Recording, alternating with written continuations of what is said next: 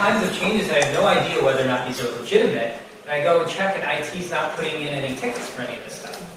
And so I'm like, well, why don't you just go tell the IT folks, or your manager or whatever, we need to start doing some better change control in the subset system. And it's like, yeah, well, I don't think they'll do anything, but you can tell them. You're the consultant, they'll listen to you, right? And I was like, well, that doesn't make any sense whatsoever, right? I'm here for like a week, and I'm the guy that's going to make this change that needs to happen. So that's kind of some of the background for this talk. Unfortunately, that happens all the time. So let's talk a little bit about hacking management. So this is just an overview of who I am. So I'm a consultant at Productivity, going to help companies with a lot of stuff, hunting for hackers, doing some malware bursting. The changer of things I like to say, because I like to get in and make things happen. So for this talk, we'll talk first a little bit about what the problem space is, and then these 3 steps that I laid out that I think provide a pretty decent framework for most of us in IT security to think about how do you get a change from idea to actually happening. So let's talk about the problem space. So in terms of the overall problem, what I hear a lot of is people just don't get it, right? The security guy is like, oh, management doesn't get it. My organization doesn't get security. I hear a lot of frustration sometimes from those people of they're fighting the good fight internally, they're just not getting anywhere. Then there's a group of people that are just afraid that people won't like them and that they've been demonized on the team as like, oh, that's the policeman, IT security, gonna come in here and ruin our product, right? And there's also this concept of learned helplessness. Is anyone familiar with that concept? Okay, so it's this idea in psychology where, and they did some not so nice experiments on dogs. They weren't like that bad, but they weren't nice. But essentially, if you try to do something, like you try to, say somebody put a pancake on your head, right? You tried to bat it off and that didn't work. And you tried a few different things, or you tried to slam there and it still stayed there. No matter what you did, the condition didn't change. You start to feel helpless about your situation. And you start to learn that whatever you do doesn't really change the outcome. So from an IT security perspective, I've seen this where in reality, when there's something you can't change, you don't do anything about it. And so I've seen cases where people are so used to not getting things done that they decide to not try to do anything, even when it could be very easy to get something done. So why is this the case? Why do we have this problem in security with getting people to do the right thing? So there's obviously a cost element. There's no unlimited security budget, right? But I think more importantly, there's a lot of cases where people, we're not really understanding how our organizations are structured and how decisions get made and how changes can happen. And secondly, we're not doing as good a job as we could with empathizing with the people that need to make the decisions and seeing things from their perspective. And then we're also missing some key tactics for change. So there's some small things that I think we could do to improve our chances. So what's the solution, right? So we're hackers, we hack. How can we approach this that way? So the solution is, what I want to talk about is, 1, doing some recon, right? Like in any pen test, recon the environment. 2, find the vulns. Well, let's call this empathy, right? Or empathize with folks.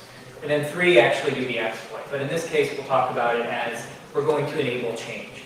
And the reason why I did these strike-throughs is, I've given this talk a few times, and I don't want us to think about this purely from a hacking perspective, because I think it's a very short-term view and it can miss the point. A lot of you are familiar with the concept of social engineering. This isn't social engineering. I think if you try to do the social engineering route exclusively, you're going to end up burning some bridges and people figure things out. So I'd really encourage you to think about this as empathizing with people and as enabling change rather than trying to get in and social engineer them. So let's talk about recon. So recon is all about knowing what and who is going to impact your change. Right? So what's out there? And so there's the formal structure side of things. So what is the official structure? There's a chain of command that goes on in your organization, right? Your boss reports to somebody who reports to somebody. There's also maybe committees that you may or may not be aware of that are responsible for those decisions. So your boss may want to do something, but he has to get buy-in from this other committee to do it. And then there's budget approval processes. And that's not just your own boss's budget approval process, but there's organizational-wide dependencies. So this budget goes into that budget, which then goes on this budget cycle. So there's a lot of complexity here that it's important to understand if you're going to start trying to get a change through what that background is. So as part of your recon, getting a good sense of this. Then there's, of course, the unofficial structure. So who's liked in the organization? right? Who seems to be a pretty popular person?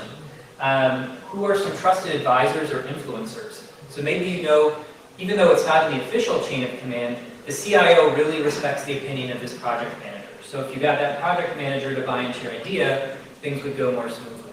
And then there's a social aspect. So just who has beers with you?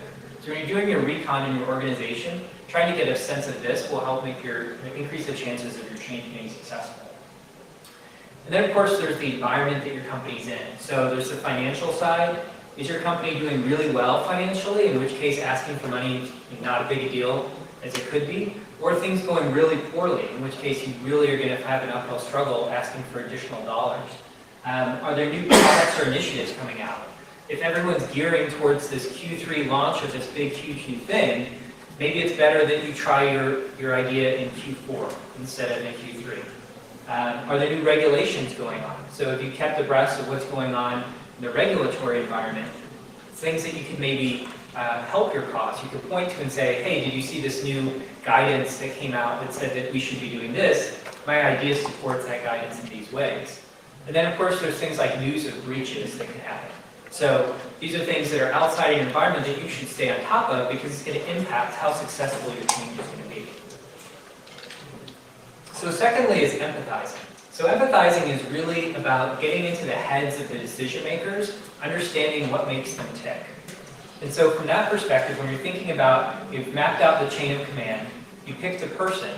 So in that person, what is their factual background? So what's their work history? Where did they get their education? What groups are they a part of? So help you understand their perspective and who they are and figure out where they're coming from on things. So next is motivation. So does anyone know who this fine gentleman is? Vanilla Ice. Vanilla Ice, that's right, the lyrical poet. Could be somebody's role model, right? So it's important to understand who are the role models involved, who do people look up to, what's this person's bonus structure, right? That's a very personal thing, but it should be available. That type of knowledge you can find out in an organization. Are they bonus based on they need to complete these 4 projects in fiscal year 2015? Or is it their bonus based on the amount of budget reduction they do? By understanding these things, you can help learn about their motivation. Also, career ambitions. So is this somebody that's just kind of happy where they are, they don't want to rock the boat, they don't want to make any waves? Or is this somebody that's really going after that next position and they want something, maybe your idea, they can latch on to show that they're being proactive? And then finally, any existing really present challenges or priorities. So what's on their plate for this year? What are some things that management has come to them to say, we need to do this year? And then there's some hopes and dreams, or fears and dreams. So this is the idea of, we have Dr. Freud up here. This is getting into some more fundamental emotional things, but what keeps this person up at night? What are they afraid of? What's their worst nightmare? And conversely, what would make them a hero? What's going to make them look really good to their peers? And are they the type of person that tends to make decisions more based out of fear or based out of hope, right? So is this, when they're making decisions about things, are you going to position this more on, this is going to reduce the risk of this bad thing occurring, or this is going to enable us to do all these new things? And people make decisions in different manners depending on the situation, but it's important you have a sense of this so that you can leverage it in your communication. So how do they make decisions is another one. Right? So what is their approach? Based on what you've seen in the past, what is their approach to making decisions? Are they more of an emotional decision maker where they come out of the RFP process and they're like, yeah, but I really like that guy, that SE or that person, I really trusted him. Or are they more logical? Like, well, I looked at the feature set and did this spreadsheet matrix and put these multipliers and this is the outcome, right? I have an asterisk by the logical because nobody's purely logical in their decision-making process. But if this person thinks they're logical, that's what matters. And so when it comes time to persuade them and provide them with information, you want to provide them with more of that factual basis. Next is, are they big picture versus details? Are they going to get quickly bored if you start enumerating through the 15 different ways this would be helpful, or are they looking for one simple statement? And also, how do they communicate? So are they visual? Are they more physical? So does this person say things like, do you see what I'm saying all the time? Or do you hear what I'm saying? Or are they saying like, we need to stay grounded? Are they constantly making actions like this? That can give you clues into the type of communicator they are. So when you go to communicate your idea to them, if they're a visual person, it makes sense to do it in a visual manner. So last step, so enabling change. So you've looked at your organization overall, you've done your recon, you've learned about the people involved in the decision-making process so you can empathize with them. This is all about what's it going to take to make the change happen. So there are three main things you think about here. First is you're going to need to work the system for a lot of changes, unless it's a simple change. So this means that you're going to have to go up in the hierarchy, you're going to have to go down, talk to your peers. They sometimes call this socializing your idea. So it's not just about your boss usually. It's usually about this ecosystem, and your boss is going to ask these people for opinions, and these people will be involved in this way. So it's about socializing your idea through all those groups. It's also about adaptation. So you don't want to be so stuck in exactly how your idea is going to be executed that you aren't prepared to adapt. Your idea will probably not happen exactly as you planned. So you need to learn to say, it's okay, I have 80% of what I want, 20% of what I don't want, but this thing's still going to happen overall. So be conscious that you need to adapt as you go through this process. And then you also need to be persistent.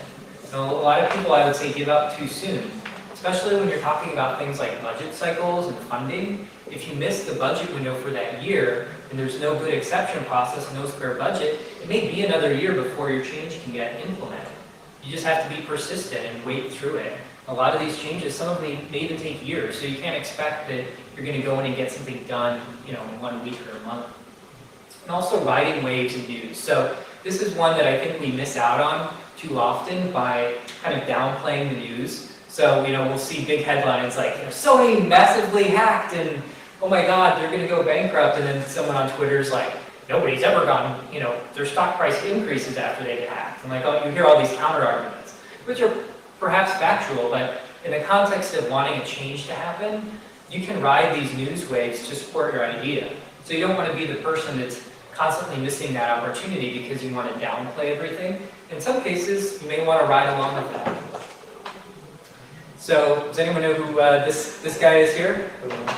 That's right. This picture is pretty interesting. It's like, is he going to claw me or hit me? It's full of surprises. So, features versus benefits. So, when you're communicating with people, you want to talk in terms of benefits to them. So, you may have an idea or a change that has a set of features. So, an example, a web application firewall, right? You might have, it handles this many transactions per second. It handles, 8 of the OWASP top 10. It has this, it has this, it has that. For the person that you're talking to, those are all features. That says nothing about how it's going to benefit them. So when you're framing your argument or your discussion with them, talk about it in terms of how it's going to change their life or improve, improve what they're doing. So things like, this is going to reduce the number of times we have to do an emergency patch on something. So we have a compensating control for these types of vulnerabilities. This is going to lower our overall cost if you look at it this way. So again, going back to those motivators, how can you put things in terms of benefits to them as opposed to thinking about just the technical features that this thing has? Also speaking their language, which we talked about, if they're a visual person, speak to them in those terms. And finally, incorporating their ideas. So this is a great technique that a lot of us miss out on, and that is, people, when you talk to them, it's not a one-way street. They're going to come back with, hey, what if it, can it do this, or what if we did that?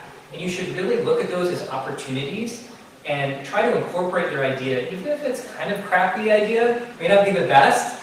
If it's not going to change the overall thing, think about incorporating it, because then you've just changed something from your idea to their idea and your idea, right? And so the more people that you engage with, you can kind of get their buy-in, their piece of it onto it. All of a sudden, it's all of your ideas instead of just one person. And finally, making action easy. So this is about, when it comes for the actual change, you want to be 2 steps ahead. So if you know, for example, that once you get approval from your boss, you need to go out and get a PO from this company, already have that lined up. You don't want to be in a position where it's hurry up and wait. So you try to get this thing done, and you're like, oh crap, we need to schedule a sizing thing with the vendor, and that's going to take a month to schedule. So you want to try to be 2 steps ahead always. Another successful technique for making it easier is doing people's work for them. So if you know, for example, that your boss has to fill out this RFQ form and fill out this, this change request or something like that, offer to do that on their behalf. Or if there's other stakeholders that have to do things, offer to pitch in and help with that. It makes it a lot easier to say yes if you know there's no additional work for you. And then the last one, which is a super powerful technique, is the idea of doing just a trial or a pilot. So for your idea, if it's a big change, you may not be able to get people to bite off right off the bat, but what if it's not being to sign off on, $300K worth of expend? What if it's, hey, let's try this in this one place, and if it works as well as we think it will, then we can roll it out everywhere else. So it just doesn't have to be a product. It can be an idea or a process or whatever. Try it small. It reduces the risk for them to say yes, and it makes it super easy. So that was the overall presentation, and now my challenge to you guys is, it's your turn as an information security professional to go through, and I would hope that after this you might try picking one change, going back to your organization, pick one thing, big or small, and try some of these steps and see how it goes. So try doing some recon, figuring out who what the players are in your organization, informal structures, their current environment. Try the empathizing exercises, trying to get a better sense of what motivates people, and then try some of these steps that I indicated to make action easier. So, that's it. Any questions? Comments? Well, there I am on Twitter.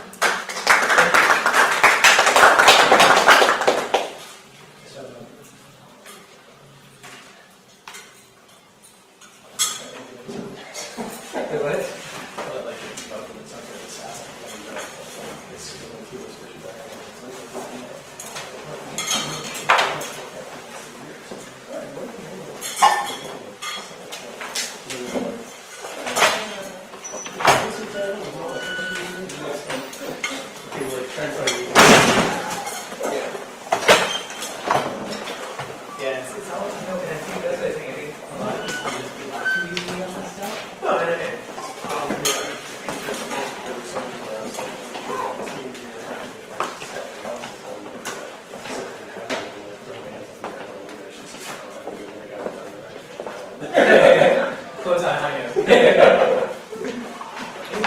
Yeah. There we go. Yeah.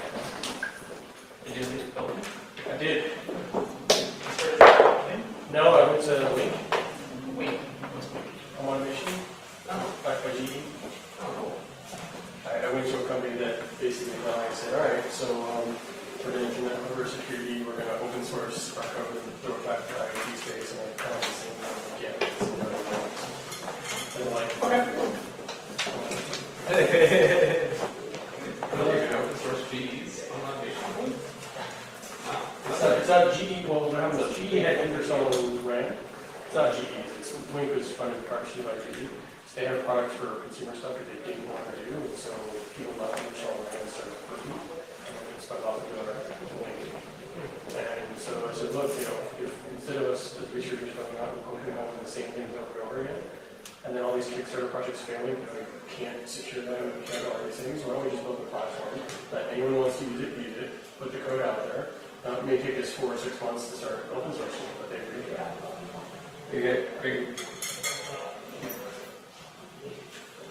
And they're doing huge modalities, and they're doing all the things that we're supposed to do that I got pushed up before and else they doing. That's cool. Yeah. So For the collaboration, no. I was a lot of beta devices part of your things. Yeah, so they're actually, so the idea is this, if you want to be able to use all these really cool things, right now they're all separate apps. So what happened is they, Quirky, which was their parent company, which is kind of like a Kickstarter, started building these IoT devices and they had the same problem. They're like, well, why don't we just make an app that can look at anything on your internet?